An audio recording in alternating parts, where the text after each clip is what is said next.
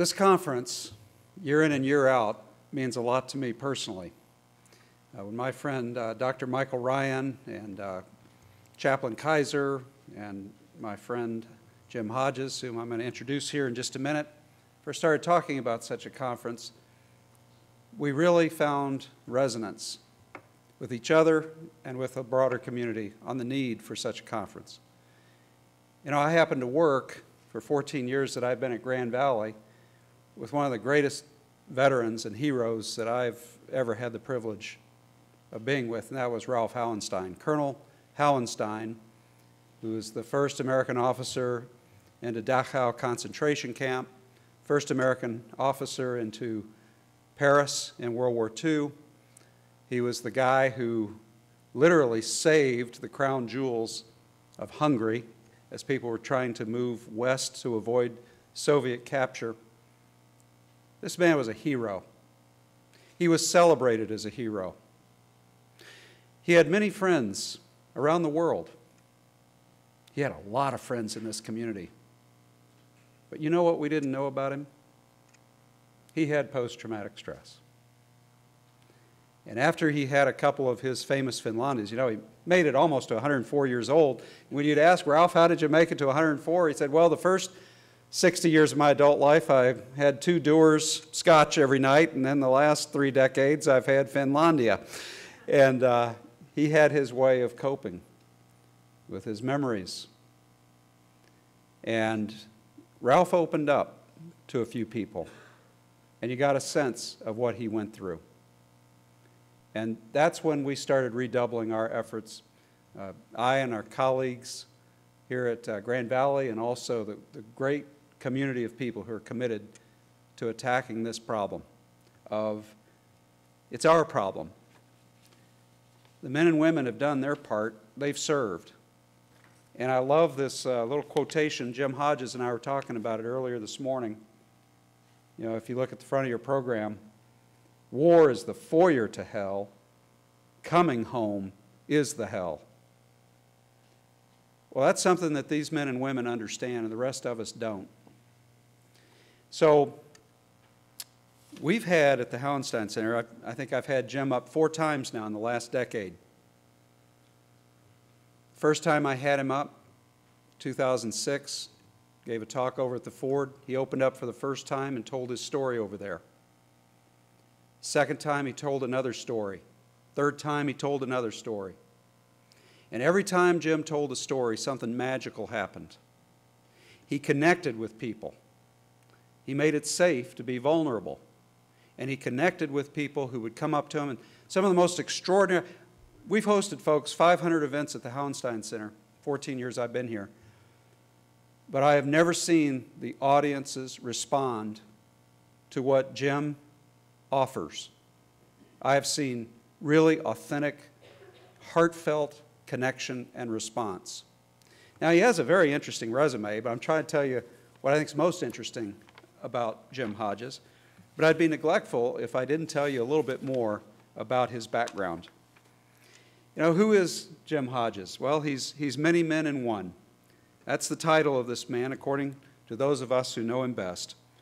Jim has lived many parallel lives, including that of a covert contract intelligence operator, a highly decorated detective, a 2-time law enforcement officer of the year, combat veteran in Vietnam. He's an inventor with 3 U.S. patents that have been out on the market since the 1990s. He's a personal defense expert. He's a film producer, director, actor, and he's certainly a nationally known public speaker that has a lot to tell us. Currently, Jim serves as the regional manager in the Houston office of the Texas Department of Public Safety's Enforcement Service.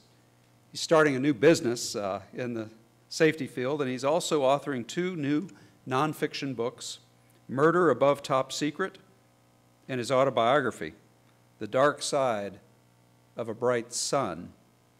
And we're going to get a sneak preview of what's in that latter book. Let's give a warm Michigan welcome to Jim Hodges.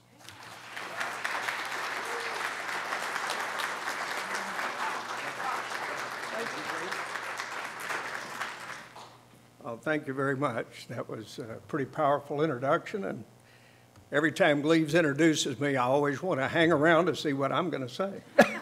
So, pretty interesting.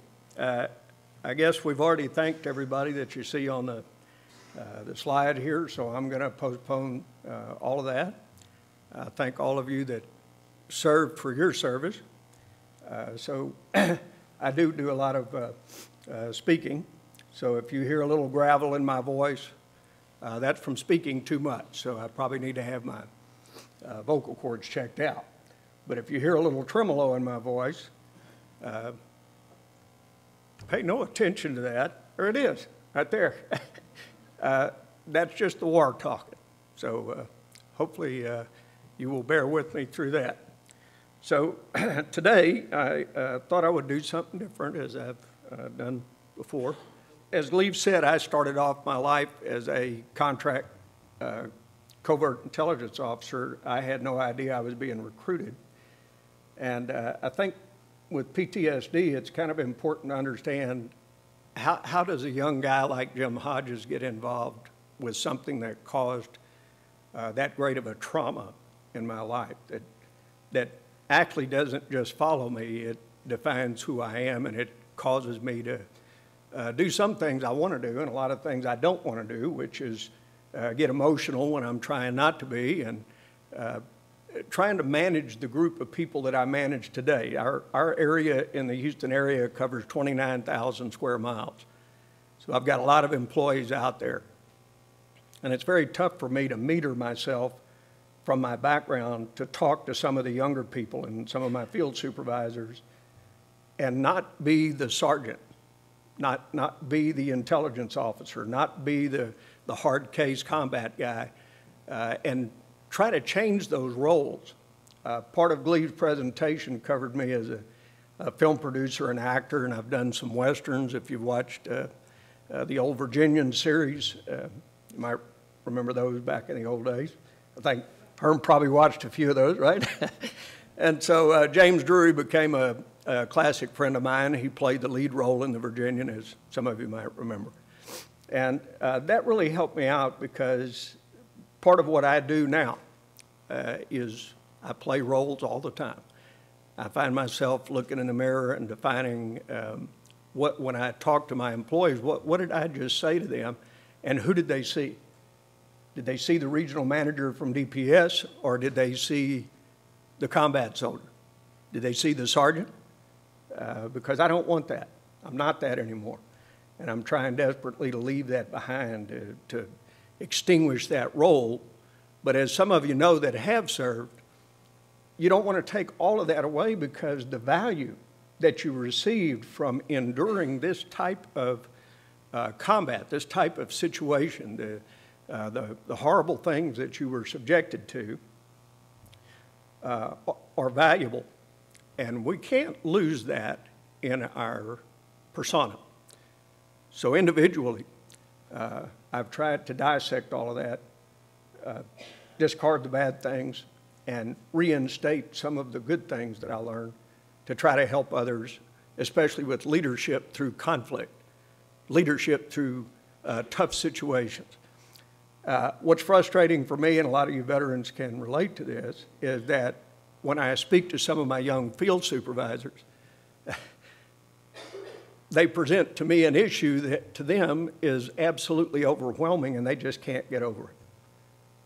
And what I'm seeing is something that is so surfactant that to me it's just ridiculous. Maybe you ought to try wading through a monsoon rain under fire, dragging your buddies with you, or watch the horror of people in what we, I guess, kind of clone or identify as third world countries. And I've served not only in Vietnam, but Laos, the Philippines, Panama, and a short stint, South America, and Biafra. I saw in those places the most horrible of situations. And they don't live. They just exist from one day to the next. I think the horror for them is that they wake up and they're still alive. And I think a lot of you have seen that. You see it in their face. You see it in their eyes. To this day, it's very tough for me to look somebody in the eyes that comes from that background. When I took this job, I was horrified because one of my field supervisors is from Vietnam. And he's about the age of the people that we encountered and we dealt with in one way or the other. Most of those in unfavorable ways. And it was impossible for me at the beginning to sit in a meeting room with him and not be distracted by that and not feel this flood of emotions come up, to the point that I excused myself from the meeting. I had to go to the bathroom. Fortunately, there was a lock on the door. So I went in there and locked the door, and I just looked in the mirror, and I tried to do what my training taught me. So that's the good part that we fall back on. What value did you get from the training that you received? And I know for me it's loud and clear, and you'll see it if I get my slides up here. You learn to categorize and pull off missions that are so critical, and yet you do it, and it's successful, and you march on. So the picture in my mind had to change. I had to refocus myself of who I really was, where I'm at, what I'm doing, and how I'm going to conquer this by myself, because I had no assistant. I went back in the meeting, and I made it a point to do just exactly what my training dictated. I spoke directly to him. I put myself on the spot and pushed my emotions to address him in a respectful manner and take away the specter of war. Move that out of my mind. That's probably one of the greatest accomplishments you can do. Thank you. As most of you know, there are some things that you encounter where you can't block it out. And so you have to find a way to deal with that. I remember several years back when my grandkids were young and we took them to a parade, and everybody was joyous and celebrating. And I was excited about being there with my grandkids. And my wife looks down and she says, look at these kids over here. And when I did, they're all Vietnamese, and I was gone. I was just in another place. I had to just walk away and kind of ruin the parade for a lot of us, including my grandkids, because they didn't understand, excuse me, what was the matter with their grandfather. So much like Cleves' stories that he relates very honestly and accurately, is the hard part of coming home if you can find a home. I never could. So I walked up to the same house, the same people, but it wasn't home any longer. There was something there that just prohibited me from saying, this is home, everything's perfect, now I'm back, whoopee. My mother fixed me a steak dinner and I threw it all back up because I was too used to eating junk I found on the ground in the jungle. To this day, Cleves can tell you I don't eat fish because I had to eat it raw. Pick it up out of the stream, bite right through it, so that if the enemy found it, they would think an animal ate it and not a human. So there wasn't any cooking it. You can kind of imagine doing that today if you go get yourself a fish right out of the stream and just bite right on into it. The taste never leaves. The texture never leaves. The sensation, the feel, it's overwhelming. So that I will never get over. I do eat shrimp, so if you want to buy me dinner later, I do that. But fish is out. So I saved some part of it. So I'm going to go through a few of these slides really quickly. I don't like to kill people with PowerPoints. I just like them because they're illustrative. And there's a lot of photos in here that will, if you have not lived through certain time periods, will kind of maybe help you understand something. People that lived through my generation, I think, lived through an age of denial, because the 60s was an unbelievable period of time. We had the president assassinated, Martin Luther King assassinated, Bobby Kennedy assassinated, and on it went. Riots and cities on fire and things like that, and of course the war. The Vietnam War followed me all the way through my life, and I became embroiled in it, and it's still there, and it lives with me every day. There's just nothing I can do about that, except try to deal with it and find codes or mechanisms that I can establish to make it reconcilable.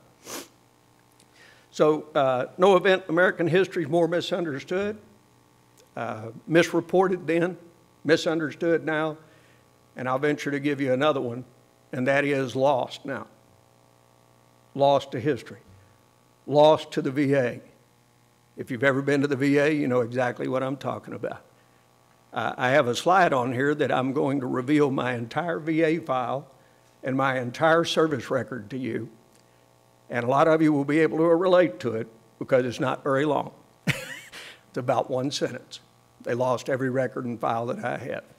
Very convenient, I think, but nobody knows, do they? I used an analogy, and I told Gleaves it's like going to visit the Wizard of Oz. When you send paperwork to the VA, it's just like that, except one difference.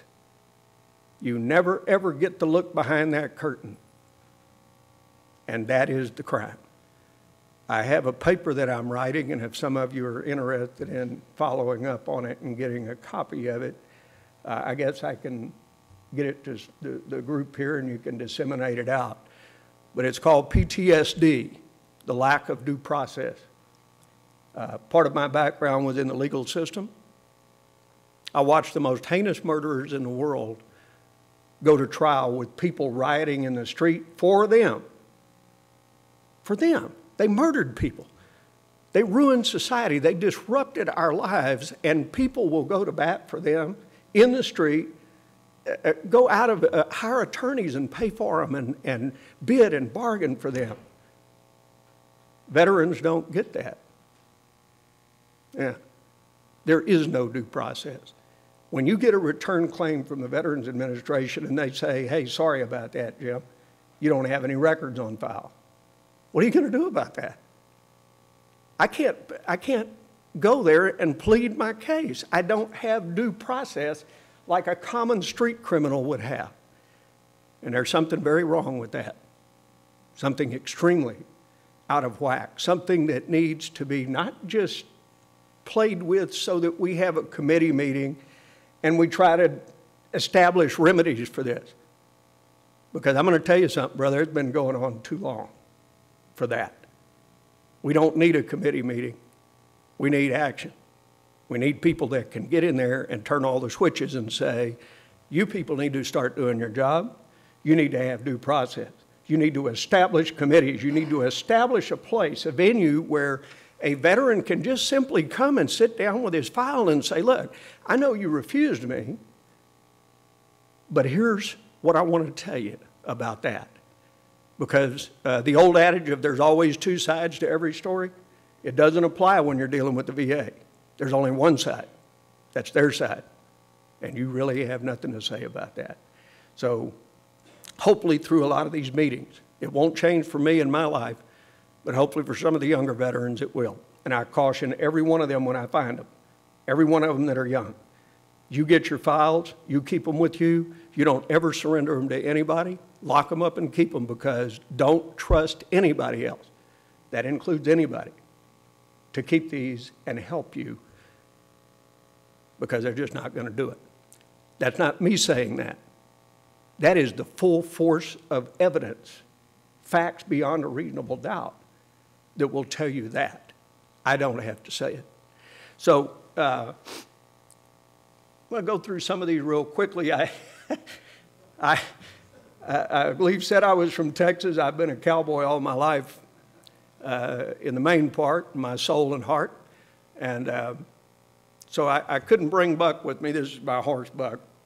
I couldn't bring him with me. He's not a good traveler, but I brought a picture of him, kind of breaks the ice for me and gets me relaxed a little bit. And you see Buck and I clowning around here. We spent 8 years together performing for people from all over the world. And this was the Queen of Thailand and her entourage. The Russian government, including the lady, if you're old enough to remember the old Cuban Missile Crisis, this was the lady that actually sat with a key around her neck that unlocked the track bars to launch intercontinental ballistic missiles into the United States during the Cold War. And I got to not only shake her hand, I got to give her a big hug. She fell in love with Buck because she had a horse similar to him when she was young.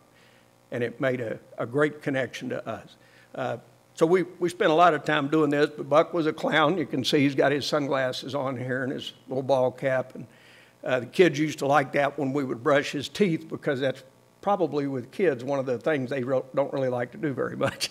And after Buck would show them how to brush their teeth, the parents would report to me that they went home and brushed their teeth finally, because Buck did it. So no human could communicate with them, but a horse could. I bring Buck for a different reason, though, because I told a story in 2008. Hippocrates gave a philosophy one time that healing takes time, but that healing was also about opportunity. And the opportunity created itself where I got to work with Buck, but he was mistreated as well. He was beaten to death. They left him for dead. He was a product of a bad divorce between a dentist and his wife. And they said, here's your horse back. A friend of mine called me and he said, man, this horse is beautiful. You got to save him. Excuse me. You got to help him out. So when I went to look at him, they said he was crazy. So when I went to look at him, the first thing he did is run across this 100-foot round pen and paste himself up against the wall and just stand there and do this. So I went around there and he ran to the other side. And every time I tried to approach him, he just went somewhere else. But the reason why I agreed to work with him is because he never did anything mean. Never tried to bite me, never tried to kick me. He was just trying to get away, scared. Make a long story short, it took me 8 months to get close enough to him just to touch his face. What he didn't realize, and I didn't at the time, was that we were both helping each other overcome these demons and these things that haunted us.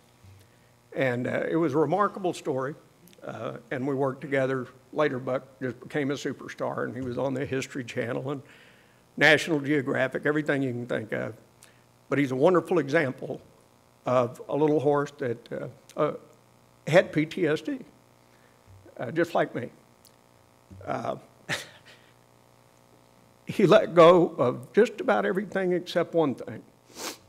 And I told the guy I sold him to, I said, whatever you do, don't ever tie him up. Because if you tie him up, he will immediately realize you've done it, and he'll break whatever you tie him to, and he'll be gone. I just dropped the rein on the ground, and he would stay right there because he wanted to. So I thought that was illustrative of a point that misery is not the right word, but I'm going to use that word just for the point. Misery is relative, and a lot of people we meet, we have no idea. I met people today that are combat veterans. I would have had no idea walking by them because we don't see behind that curtain, neither do we. When we're in public, we put on a show. We put on an act in front of our families and our friends, and in the quiet times, when the curtain goes down and all the excitement leaves, you're kind of left with all of those spooks and ghosts and haunts that you have to deal with. And that's not easy.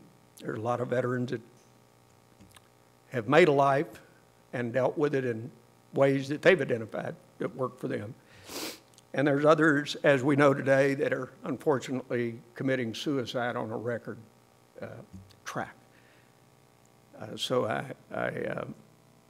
think that we need to take care of each other, and that goes for our government as well. They need to take care of us. This is one of my favorite photos. Gleaves actually took this, and he's quite a photographer. This is myself and Dr. Michael Ryan right there, looking at a slide of the war and talking about PSD at the 2008 conference. But it's illustrative of what PTSD feels like to a veteran, because you're standing in the dark, trying to see what's going on out there in the light and trying to find somebody you can tell about it, or somebody that can help you or give you some guidance or be relative and understand why'd you do that? Well, here's why. It's a tough proposition. You know the words to that old song? Takes a worried man to sing a worried song. I thought I'd sing a few. No, I'm not. I'm just playing. I won't do that to you. But the statement at the bottom there, how can those not worried possibly understand? I walk by people all the time that are just, act like they got no problems in the world, and they really don't care about anything I've ever done, and they're not interested in hearing about it. And that's hard to deal with as well. Very tough deal. This is my resume, by the way. Some of you might have worked in intelligence before. You know what I'm talking about, where they redact everything and lose everything, and it never happened, and we never went there, and you weren't there either, and nobody knows anything, and those kind of deals. The title at the top is the title of my book that I'm working on, The Dark Side of a Bright Sun, and that's my autobiography. This is what my manuscript looks like every time I get it back. So they're trying to get me to do a nonfiction based on a true story, and I'm not going to do that. So I'm going to hold out as long as it takes, even if I have to pass it on to my kids and grandkids, and someday maybe they'll get the opening to bring all that forward.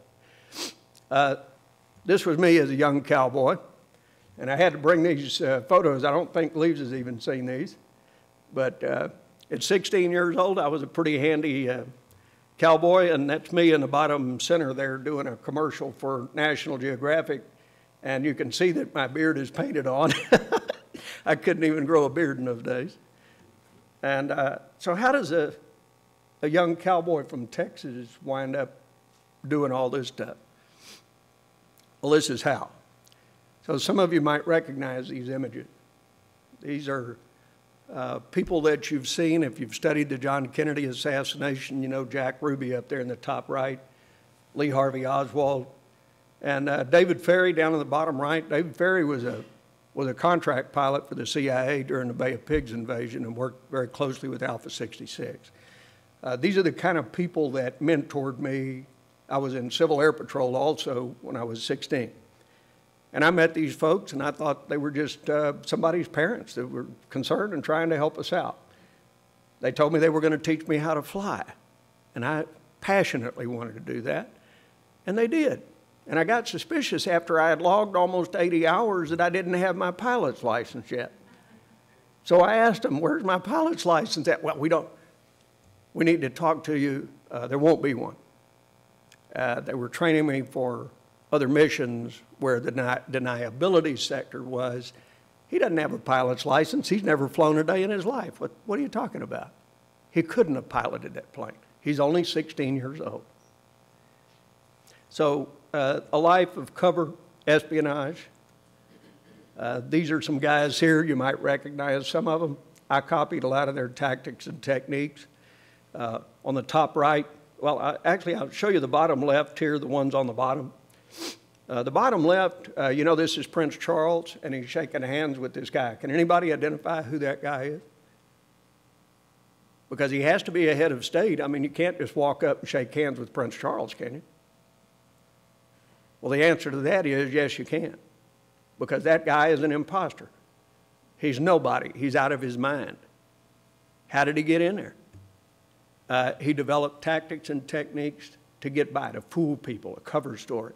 A very surreptitious way to enter things. You might recognize the guy in the middle on the bottom. That's not George W. Bush. That's a man named Steve Bridges. So if you've ever seen him, you might mistake him for George W. Bush. He's not. The bottom right, John Mark Carr, the man who confessed to killing John Benet Ramsey, the little girl in Boulder, Colorado, years ago. He didn't do it. He was a liar. He's mentally ill. They found him in Thailand. How did he get there? Fake CIA credentials. He just told people that he was a CIA agent working a classified operation and he needed to get to Thailand, and they sent him there. He was put up and hidden by the Thai government. Every time they went over trying to find him, the Thai government was saying, no, he's not here. We don't even know him, never seen him. Until finally somebody somewhere had a little critical thinking, and they said, there's something wrong with John. And he was captured. Brought back here in a huge media frenzy, of course, and nobody knew it. On the top right, I did this at a place that was a hotel, and we had a warrant for a guy.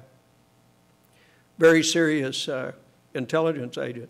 And nobody could figure out how to catch him when he came out of his apartment because they didn't want to cause a situation where they had a shootout with him or an explosion. And he was known to work with explosives. So I developed a tactic. All these guys use it. I might as well. So if you see that bundle laying there, that's a homeless guy. Nobody pays attention to them, right? So I was a homeless guy sitting there with my booze, and I had a camera. And every time he walked out, I photographed him and logged the time. He never once ever looked at me. And the last day he walked out, I revealed who I really was, and he was taken into custody without incident. So I bring that up because we have a tremendous difference between my era, yesteryear, the days of Norman Rockwell and the families sitting around the table and all that kind of thing, to today's biometric world. We can't get away with all the clandestine hijinks that we pulled in those days with fake CIA credentials and those things. We live in a biometric world. If you've been through a major airport, you've been biometrically identified. So you can't put on a disguise. If you do, the thermal cameras will pick you up, and they'll see that you're wearing latex on your face now. They'll know that you have a disguise on. So it makes it very tough in the intelligence field. But this is the difference between generations of war. And I was talking to a young guy today. I just went to the Ford this morning to take a walk, the Ford Museum. And here's this guy out there, and he walks up to me and he said, excuse me, you doing a program here today? And he saw my combat infantry badge up here. He knew what it was. And I said, no, I'm actually here for a PTSD conference. And he confided in me that he had PTSD. He was a veteran from the first Iraq War. And he said something that applies to this right here, and that is, we've been forgotten about. He went to the VA, and the lady he talked to, the psychologist there, had no idea that there was the first Iraq War, actually accused him of making it all up. So we forget time periods. World War II, the Korean War, Vietnam now is sliding out of our scope, and our first Iraq wars and Desert Storm, and just different things like that. Modern day veterans will experience that because it will happen. We forget. We all do it. We always give that mantra that makes people feel good that we'll never forget. Well, my friends, we do. We're human, and humans have always forgotten. That's why history is the way it is. The end of the age of innocence came for us, and listening to President Eisenhower leave office, not touting all of his wonderful things that he had done, but instead issuing a warning to us about the military-industrial complex. And we all see that he saw something way ahead we didn't take heed to, and now look where we're at. Deployed, deployed, deployed, deployed. Out of control. For those of you that don't know where Vietnam is, I just wanted to show you this real quick for a historical perspective. This is a map that was put together that shows on the left side the Ho Chi Minh Trails. And some of you may have read history books about the Ho Chi Minh Trails, but you think it's just one trail. It's not. It's many thousands and thousands of trails over many thousands of miles that covered quite a large area. And so it's important, again, to gain historical perspective and to see these images and bring them back to our forememory so that we never forget in our time. And when we do forget, sometimes these images call things back that we really do need to remember and we really do need to pay respect to. Most of you, if you've been to Vietnam, you know what a combat assault looked like. You see all these helicopters flying in. It was an amazing, surreal sight to be sitting in the door of that chopper and hear those rotor blades. And those of you in the Vietnam era know what I'm talking about when I tell you that I hear nothing but rotor blades. That's all I hear, day in and day out. I was laying in bed the other day, and I was not aware of it. I was kind of in a hypnotic state. My wife shook me and said, "Are you okay?" I was looking at the ceiling fan, and I was riding through one of these combat assaults, 110, 120 knots at 6,000 feet with my rifle in hand and getting ready to ride right straight into the mouth of hell. Those of you that work special operations might have been jerked off the ground by one of these situations. This was the SOG taxi. And so you got 3 teams actually hanging off of this rope, which was unusual. Normally our teams were 5 people, but these are 3 going in after what was suspected as a POW camp, trying to pull a raid on it and recover the people that they thought were held prisoner there. The experiences of war. We talk, one of the themes here is moral injury. When we see the way people live and these conditions that they live in, the one on the left is the A Shaw Valley. If you mention that to anybody, their blood should turn to ice water if they've ever been there. This was no man's land. There was nothing there but the dead and dying. Heavy foliage. Every animal that you can ever imagine on the face of this planet was there. And I will tell you a quick story that some of you vets will appreciate. I was walking along and my point man was sick, so I decided to walk point and help him out. I had an M79 grenade launcher that I had sawed off about this long. So I had a canister round in it, so if anything happened, I could fall backwards and fire that canister round. It's kind of like a heavy-duty shotgun blast out in front of me. And walking along the trail there, and I clanged into something, and next thing you know, I saw the brush move, and we were in what's a free fire zone. Everything there got fired up. I don't care if it was an animal, you killed it. And so we just opened up, and everybody opened up, and we're shooting, and all of a sudden I started realizing no, we weren't getting any fire back. So we try to conserve our ammo, so I told everybody to knock it off. We went up there to see what happened. And I killed a tapir. If you've ever seen one of those, they're a giant anteater about that big. And he was rummaging around, I guess, looking for ants. And I killed it. So, but the terrain is certainly different. You can see on the right what it looks like after Agent Orange defoliates. And after these heavy firefights just kill everything. And when I say firefights were withering, oh, I mean that. I see a couple of these movies, and I just crack up laughing that anybody ever put their head up to see if they're still out there, because that didn't happen, and you wouldn't be here talking about it. Again, the A Shaw Valley, you can see how challenging the territory is. The helicopters were with us every day. They were just like the skin on our own body. And you learned one thing, and it's very hard for me to get rid of today, and that is our weapons didn't have any slings on them, because the sling makes too much noise and it's liable to catch on something, a booby trap, and blow you up. So we didn't have slings. We carried our weapon, carried it all the time, never put it down. Your finger at night went to sleep on that trigger. You never put it down. And part of my presentation in 2008, Dr. Ryan had asked me if I was going to talk about that today, is my urban survival kit when I got home.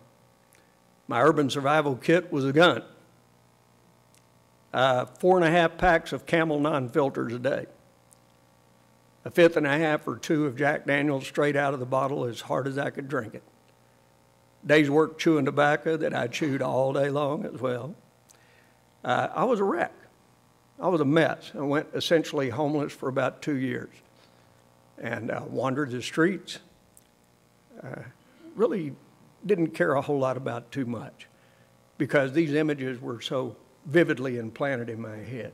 The moral injury, the atmosphere, the textures and smells and things that you experience on a battlefield that you're seeing and smelling in the middle of downtown Houston or here in Grand Rapids. And it's very haunting. It's like a ghost standing over your shoulder that you just can't get rid of. The enemy, the NVA, North Vietnamese Army, These guys, despite what you've heard, maybe were very hardcore. There's a photograph that 2006, they had Requiem of War photographs taken by the photographers that lost their lives taking their last photos in the Southeast Asia. And I was lucky enough to get to open that, thanks to Gleaves, at the Ford Museum. But one of the photographs just knocked me clean off my feet. And it was a North Vietnamese sergeant charging an American fire base all alone in the middle of the dark with a .45 pistol. You can't imagine that unless you've seen a U.S. fire base on the demilitarized zone. These things are just rolls and rolls of heavy concertina wire, booby traps and mines and machine guns locked on interlocking fire, where once the two M60s opened up, everything ankle high went to the ground. It would just literally cut everything out there in two. And here this guy is all by himself, one .45 pistol with a look of defiance and courage on his face, charging that fire base. It's an amazing display of soldiering. And that's hard to deal with too, because they were our enemy. We don't talk flattering about them. Well, I do now. I do now. Because I recognize that on both sides, everybody was just doing what they had ordered to do. We were following what we were told. Some of us were following what we thought was right. And some of us were just there to, I don't know, maybe have a good time.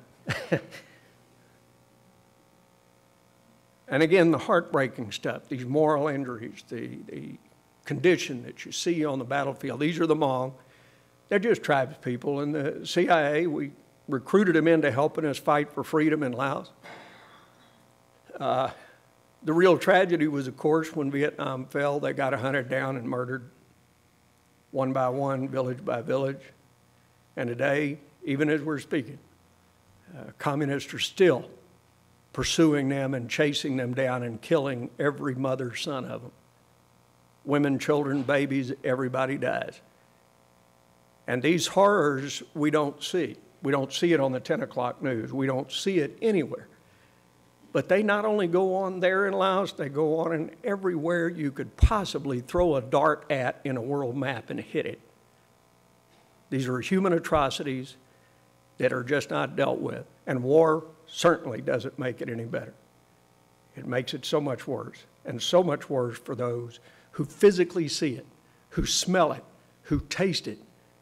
These people look certifiably innocent standing here, but I guarantee you if you walked within 100 yards of that village, you would lose your lunch from just the stench, the smell. The condition that you see, the deprivation of just human decency, it's just not there, totally absent. Now this is the only photo I have of me in Vietnam. We weren't allowed to take photos. And the way this happened was very unusual. We had to stay out in the jungle and guard the Bob Hope show when they came into the Camp Eagle at Phu Bai, and keep them from throwing rockets in there. So we were pretty heartbroken because I had a crush on Joey Heatherton. She was a blonde-headed bombshell that Bob Hope had with his show, and I thought we were going to go get to see her, so I was out in the jungle, trying to do push-ups and everything and make myself look good. I was going to get a date with her. She was going to be really impressed with me. And then we got the heartbreaking news we were going to stay out there and protect everybody else. The only thing that made us feel better, we had one of the chaplains, Father Michael Ryan. No, I'm playing.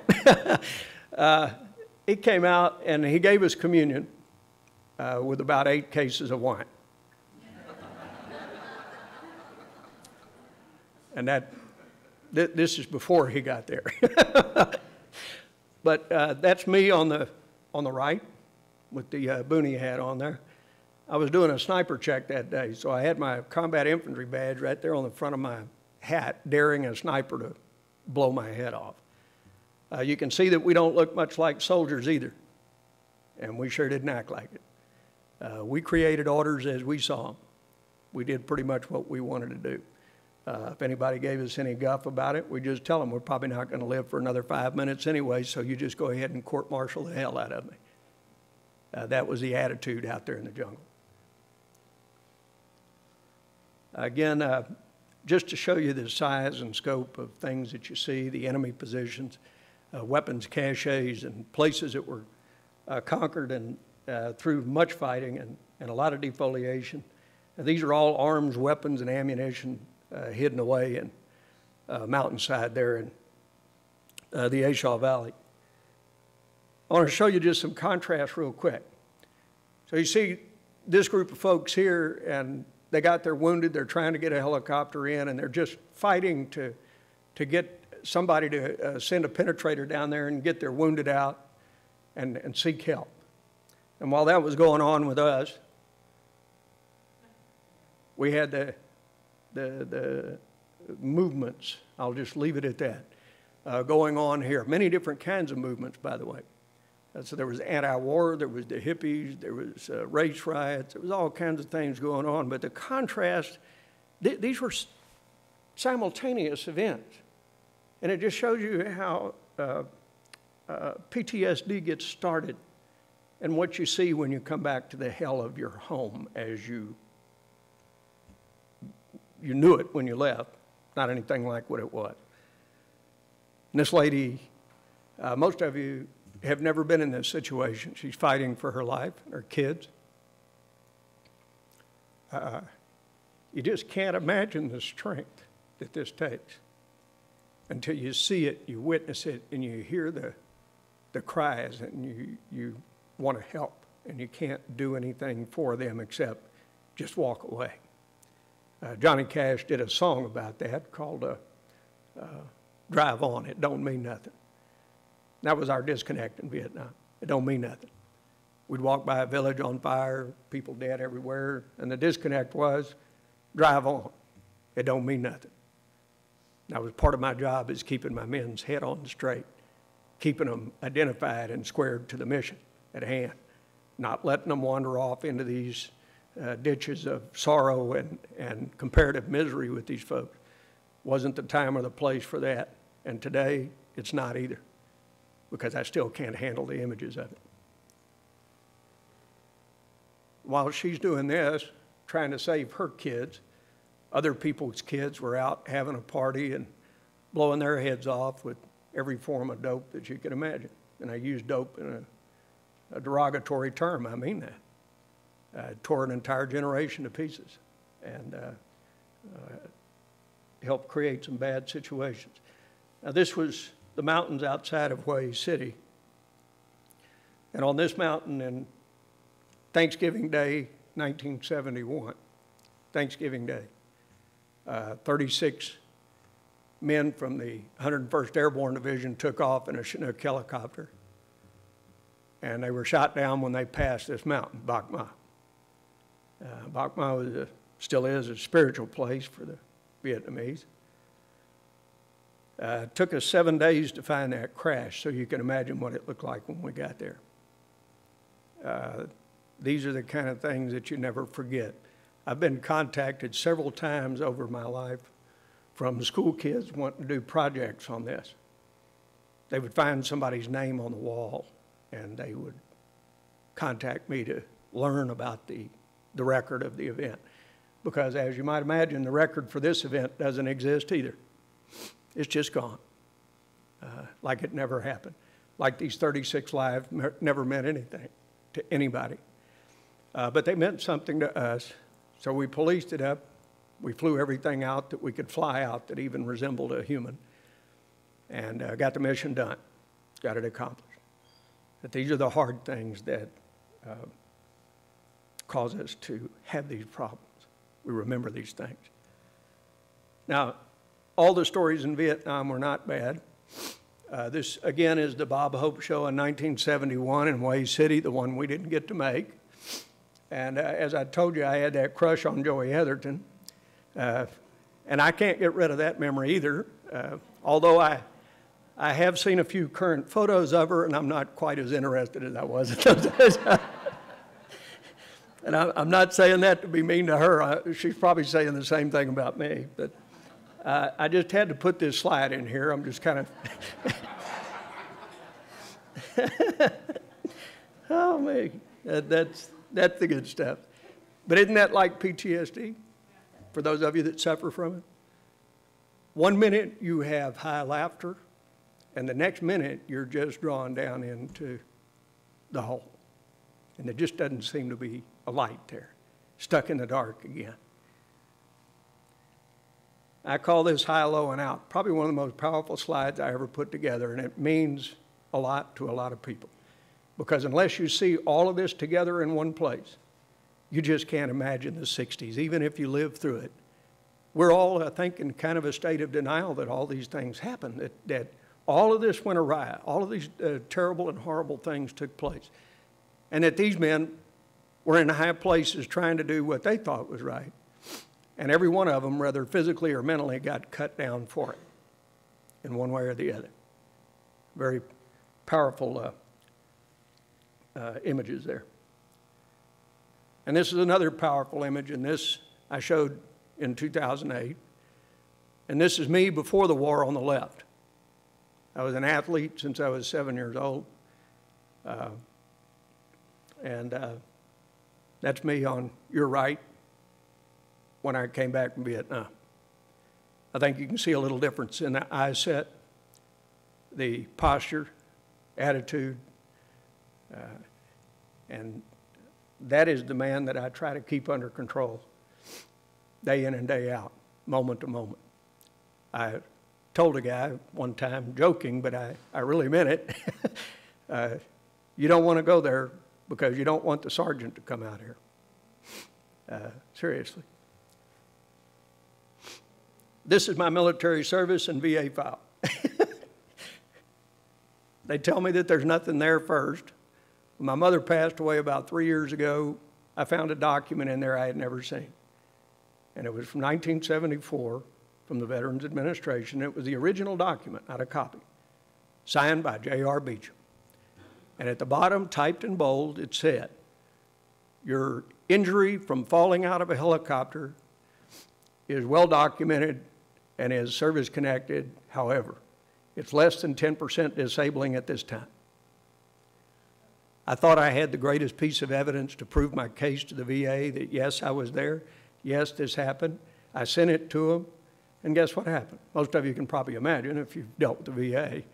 Now I got a letter back that was totally different than the first one. First they said they lost the files. There was no files. It never happened. Now they say, yes, it did happen, but it was less than 10% disabling at the time. And you signed a paper when you left the Army that everything was fine.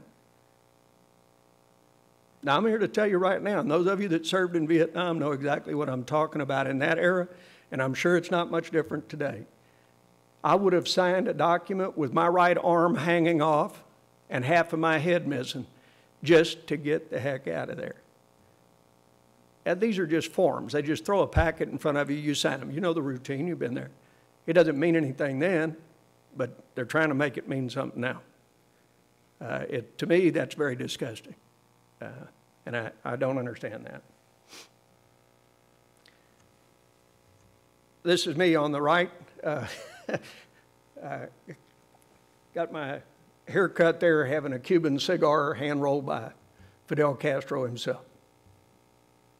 Anybody believe that? No, it really wasn't. But it shows part of my career in covert intelligence, work in cross-border operations into Mexico after the war.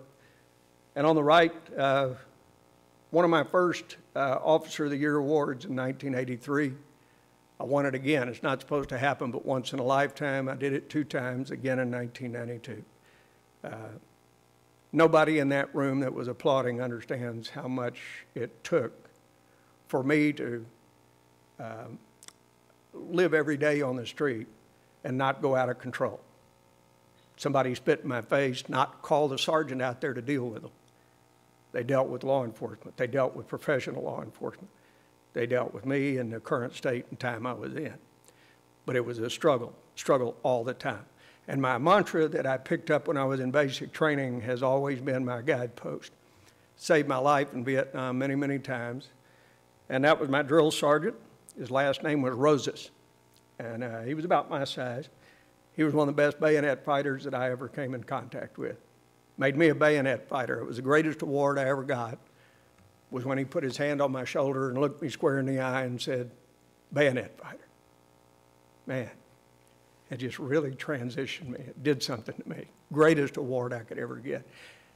And he used to get a hold of me when I would fall on my face, when I couldn't go any further, when I was worn out and I thought I couldn't go another step, and scream in my ear, get right down on the ground and scream in my ear, continue the march, continue the march, continue the march. And he'd keep doing it until I got so aggravated I'd get back up and try to whoop him.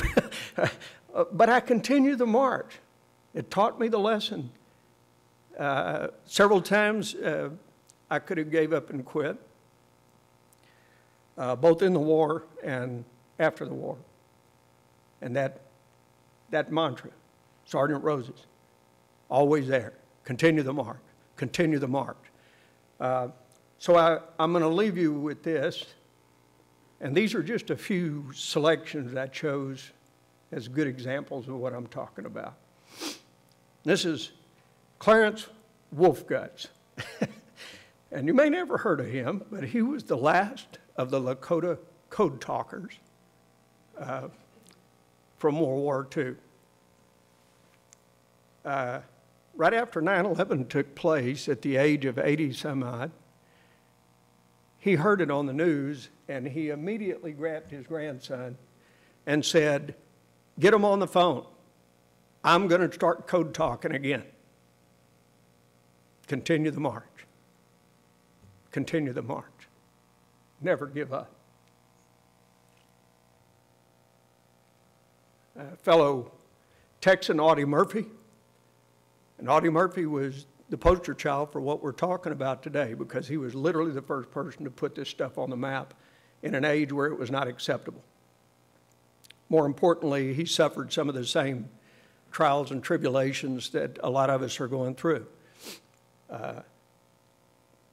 And he handled it in his own way, but till the day he was killed in a plane crash, he always had that urban survival kit with him. Always the gun.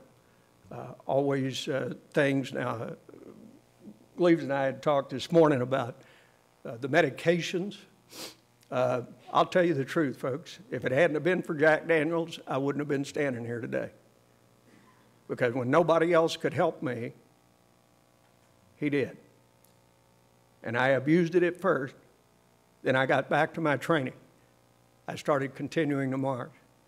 And I realized how to regulate that and help myself to move along.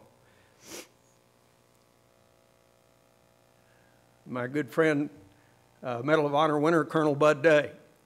Some of you remember him. He was John McCain's roommate at the Hanoi Hilton. This is a great day here because in the background you see the nose of a plane that the Collings Foundation's reconditioned. There was an F-100 that he was shot down in Vietnam. And they redid it to the detail of the way it looked the day he was shot down. And that day, right after we shook hands, he put on his flight helmet and he actually walked up that ladder unassisted and he flew in that F-100. It's a beautiful video. If you ever get a chance to go on YouTube, look up the Collings Foundation, Bud Day commemorative, and you will not regret looking that up. It's very inspirational. He continued the march. And if you know Bud Day's story, I'm not going to tell you the whole thing, but you see the right hand that he's shaking mine with. When he tried to escape, they shot him in the hand and shot him in the arm. So his arm and hand were horribly deformed. Withstood a lot of pain for that for the rest of his life. So it was a great privilege to shake that hand. Just an unbelievable honor. And of course, our last slide, I couldn't be standing here today without Colonel Hallenstein. And this was a great day because I believe it was in 2010, I came back here to do another presentation at the Ford Museum. And I was pretty nervous that day because sitting right in front of me, looking me right square in the eyes, was Colonel Ralph Hallenstein. And I thought, my God, how am I ever going to impress this guy? Oh, it was a great night. Wonderful, wonderful experience. And after it was over with, we were taking photos, and I was kind of not paying attention to everything that was going on because it was pretty full, as you can imagine. And they'd said, Colonel Hallenstein wants to shake your hand. And I about ran everybody off the stage getting down there. I shook hands with him. You notice he always had that habit of shaking your hand and holding your forearm, which I just thought was very intimate. It was just warrior to warrior and veteran to veteran. And I asked him for a copy of his book, Intelligence Was My Line, because that was my line too. And I told him a little bit about it. So he gave me a copy of his book. And inside is one of the greatest inscriptions I guess I ever got. And it says, to Jim Hodges, fellow veteran and inspiring speaker. Wow. So that's the end of my little presentation here. If we have time, if anybody has a quick question, I guess. Do we have time for that? Or okay. Anybody have a question or anything that you'd like to say or bring up, or a story you might like to tell? One of our presentations in 2006 was about our missions in Laos, and a lady all of a sudden appeared out of the crowd, and I had seen her out there writing notes on a good amount of envelopes she had out there. And she came up and said, and she was very emotional. Her voice was about like mine, it was cracking, and she had a tremolo in her voice. She said, my husband sent me these letters from Vietnam, and I had no idea what they meant. And now I know. Thank you for coming. Because he sent her these letters, you'll be the first woman on your block to know that your husband is in Laos. Those missions are never documented either, except in those envelopes and letters that she brought. It was just a surreal night. And every time I come here, we have these kind of stories, including this morning, as I told Gleaves, just a haphazard opportunity to meet this young man that works over there at the Ford, cleaning the fountains out front. And lo and behold, here's a fellow veteran that's suffering, a fellow veteran that just made my day today. So I really appreciate your attention and your understanding of how hard this is to relive some of these things. But I think no matter what, vanity should never interfere in accomplishing a mission that's this important. So I don't have any vanity anymore. I just come straight forward to you, and I'll let you know who I am and what happened. So, yes. I just want to thank you for sharing, and also for, as a Vietnam veteran, I think a lot of times we talk about how Vietnam veterans had to make a decision, and that decision was to either serve, because of any generation, you probably had a right to hide in a hole when you were welcomed with disgust when you came back and not acknowledged. Just want to thank you for that work and for what you're doing today for us. I really appreciate it. It was a beautiful speech. Thank you. Well, thank you very much. Thank you. And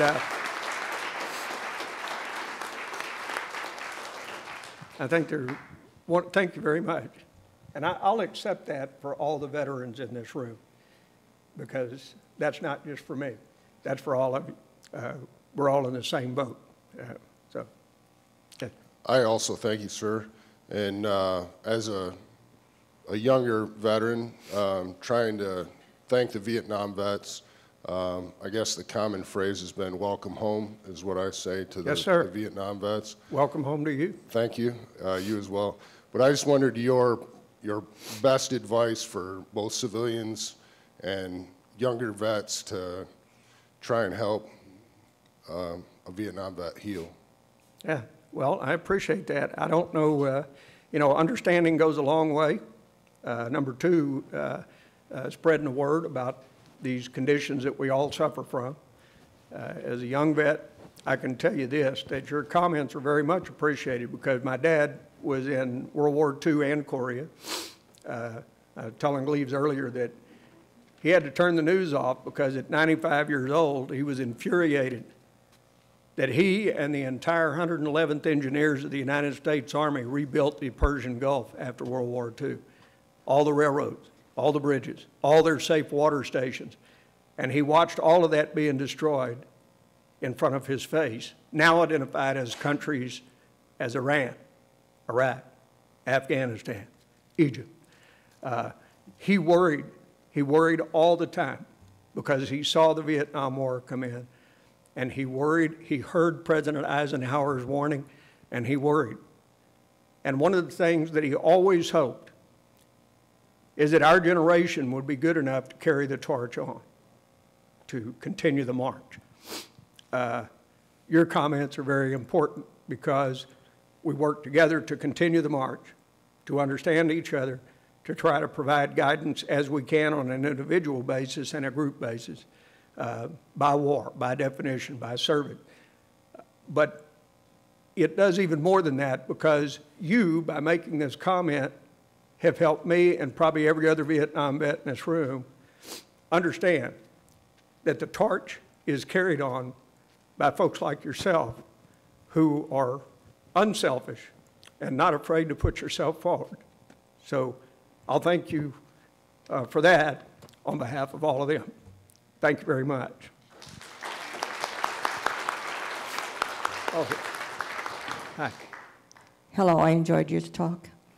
I have a younger brother who is a Vietnam veteran, and he is a singer and a songwriter. And in one of his songs, he has the line, "I have scars, but mostly inside, and I'll carry with me till the day I die." And I know that must speak for all of you veterans, and I just pray that you will find peace of mind and rest. Oh, well, thank you. That's a great story, and thank you for bringing that. I will tell you one thing on that note that I think is important. I left art when I was 15 years old because of my service in the Civil Air Patrol and being recruited into intelligence work, and I just didn't have time for it. About a year and a half ago, I was sitting just doodling, and all of a sudden, just like Hippocrates said, that opportunity showed up, and I seized it. I went to Texas Art Supply, bought a sketch pad and some charcoal pencils, and as they say, it was kind of like riding a bicycle. It came back. But I think to ease anything or to put us on a path where we can perform normally in a society after this type of exposure is passion. Passion for something. Passion for music, songwriting, art, whatever it is that floats your boat. But you got to have passion, and you've got to go find it. Nobody's going to give it to you. You got to find it. And when you do, it may just be that opportunity that you have to seize, even if it's a moment. It's a great thing and a great thrill to find something like that. So thank you for your comment. That was wonderful. Yes? I want to say thank you for sharing your experiences with PTSD and what you do, what you've gone through, and I want to thank all veterans who do that. I volunteer with an organization that tries to help with the issue of suicide, and it really struck home with me today because we had somebody who lost his battle last week, and it's one of those, you're never alone, that we are all here for each other. So being able to hear veterans share their experiences with PTSD and how they've coped with it is really very important because you're not alone. And seeing somebody so young and vital last week lose his battle it's been very hard. Yes. Well, God bless you. And I want to thank you for having the courage to bring that story. These are very important to us because we need to help each other. We need to understand each other. But more importantly, we need to have an honest discussion. And there's too much of the pandering, so to speak. So I'm going to let the other speakers have a second here. And I'm sorry, you have one?